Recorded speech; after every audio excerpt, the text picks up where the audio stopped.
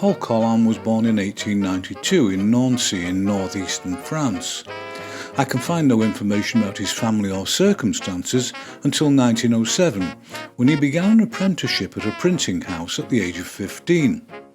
And it seems he continued to work there until he left to study at l'École des Beaux-Arts in 1913.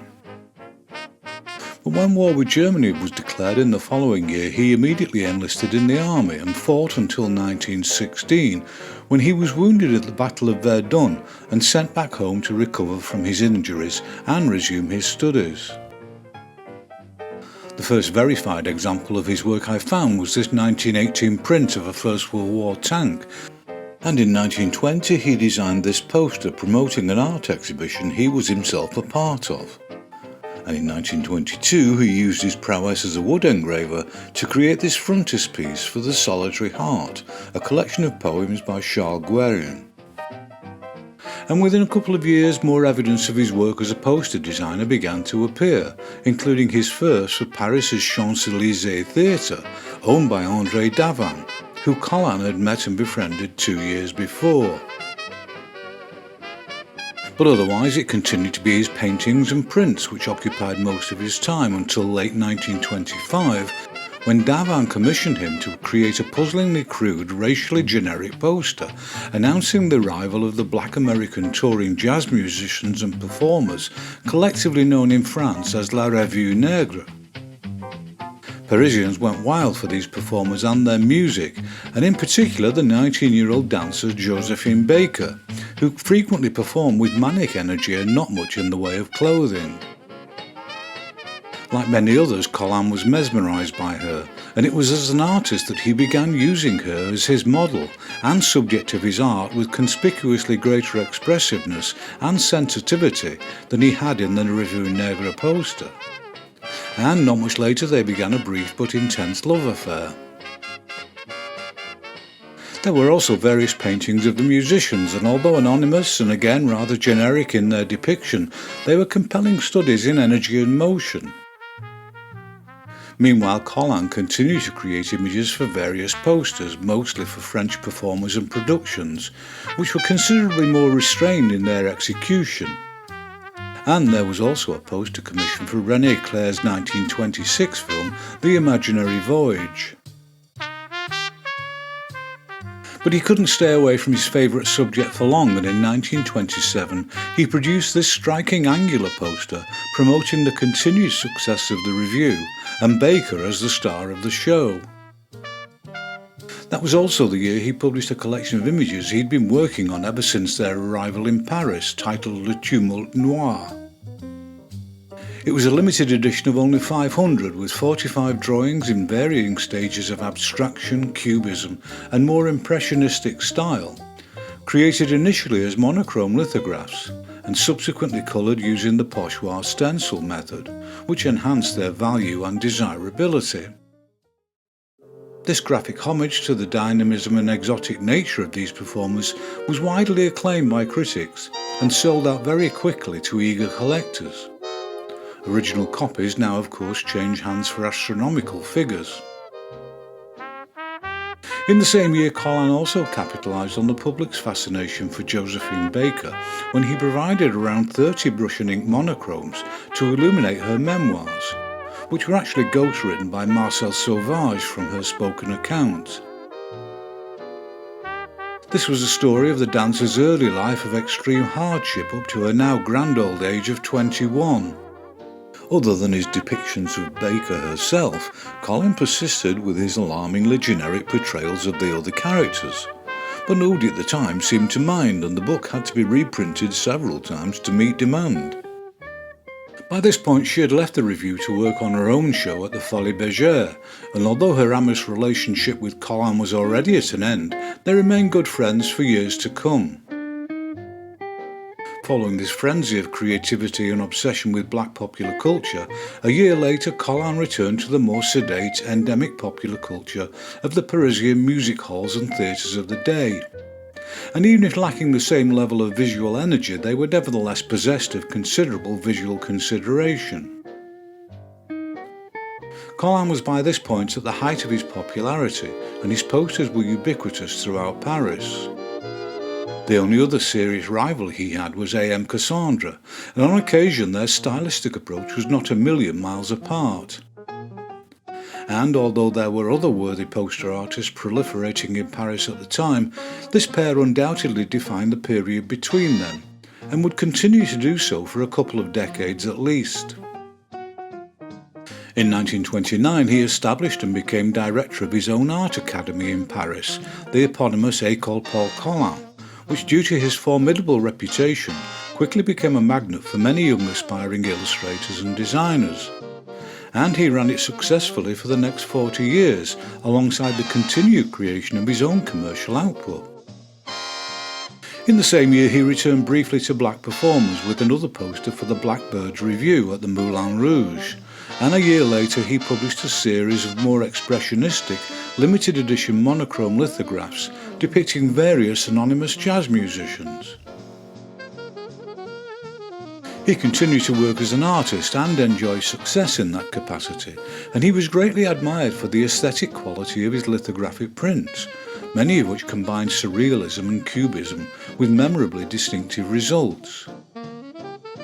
And despite this ongoing pursuit of a career in art and his role as director of his own art school, 1930 seems to have been possibly the most prolific year to date for Colin as a poster designer.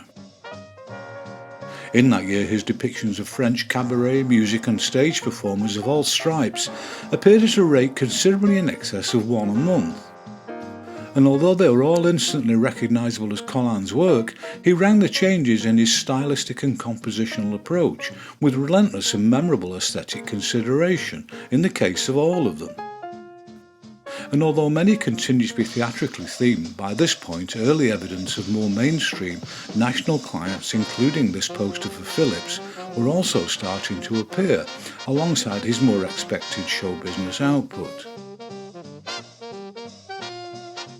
Even so, it was theatrical poster work, and particularly evocations of the apparently infinite supply of female singers and performers appearing in theatre and cabaret all over the city, which occupied the bulk of his time, and seems to indicate that it was here he felt most at home, leaving more industrial clientele mostly to his rival Cassandra.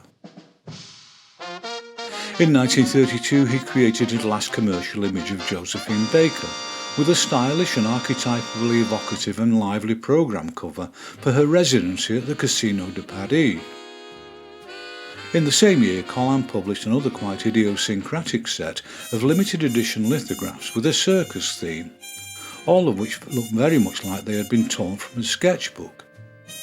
Nevertheless, despite their casual appearance, or perhaps because of it, they too were considered collectible.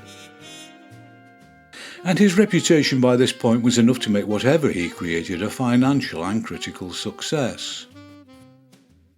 I don't know if it was with some reluctance on his part, or if the fall in popularity of Paris's previously burgeoning theatre scene had something to do with it, but in the 1930s he did increasingly turn to producing posters for any number of mainstream commercial clients, with posters for cigarette brands, tourism, car manufacturers such as Peugeot, and even the National Lottery.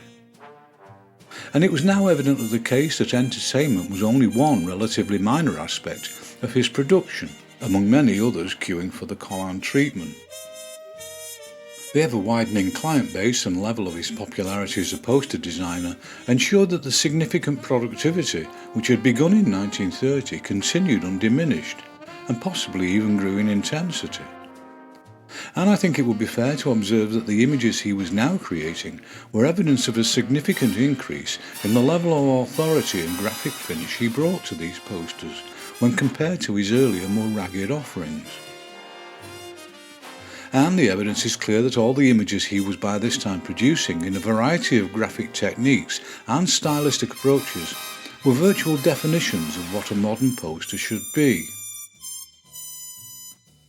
When war with Germany was declared in 1939, Colin immediately set about creating a set of patriotic domestic posters, which tackled the ongoing conflict from any number of angles as propaganda for the civilian population.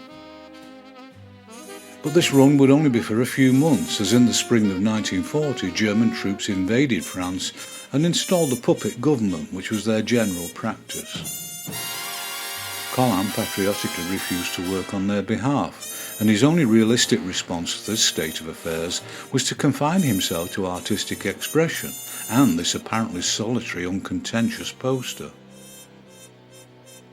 Paris was eventually liberated in the summer of 1944, and not long after he returned to commercial work with renewed vigour. The posters he designed in this period continued to be fairly diverse in their visual appeal, as they had before the invasion. Although, like many others of his time, he understood and frequently utilised the power of a single image and a particularly uncluttered approach to his designs. Whether the images he was producing were for worthy causes connected to the consequences of the war, or more overtly commercial clients, including film and theatre posters, he tackled everyone with imagination and clarity of thought and execution. By this time, not only had any evidence of his fascination for Black American culture long since disappeared, posters for Parisian entertainers had also become remarkably thin on the ground. This was a reflection of changing times in the post-war period, as similar to other European countries, it was now the cinemas which enjoyed the most patronage, and particularly those showing Hollywood films. Nevertheless, what little he did produce for the performing arts was still striking in their graphic qualities.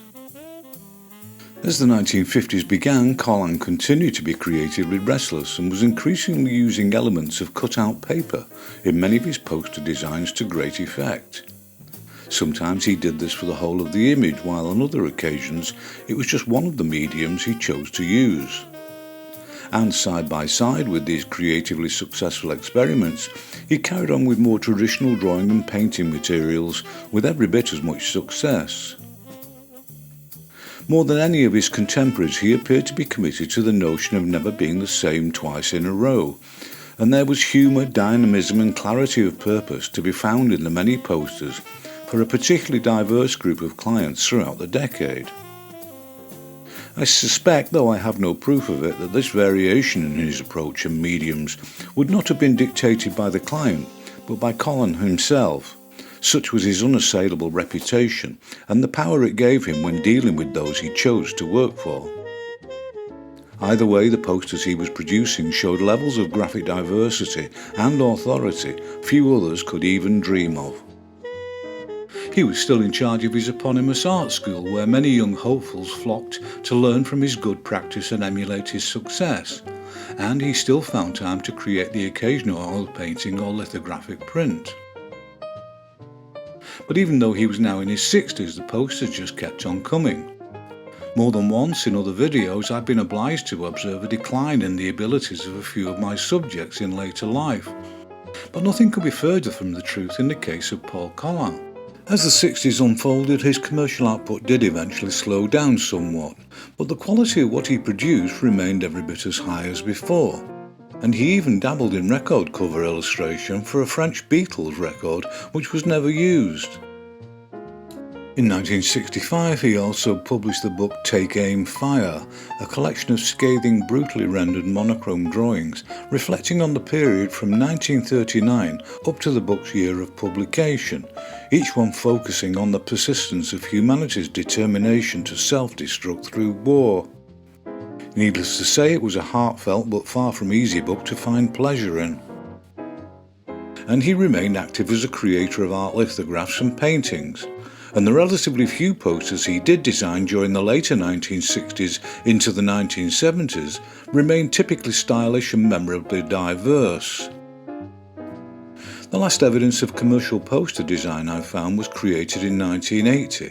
But even after that he continued to work as an artist and was still painting up to his eventual death in 1985 at the age of 93. Talents of the magnitude of Paul Colin don't come along all that often, and his dedication to the exploration of his own visual creativity and the sheer volume of work he created in a 6-decade-long career inevitably makes us mortals feel correspondingly inferior. But whatever his abilities, and they were considerable, there was also a serious element of luck in his career. in the form of his association with the Revue Negre, and especially with Josephine Baker. Had that connection not been made, it's debatable whether he would have achieved the same status, and consequently found a more enduring legacy than many of his contemporaries. But I have no desire to detract from the obviously relentless nature of his creativity, and here are just a few more examples of his work in art, illustration and design to draw this tribute to its conclusion.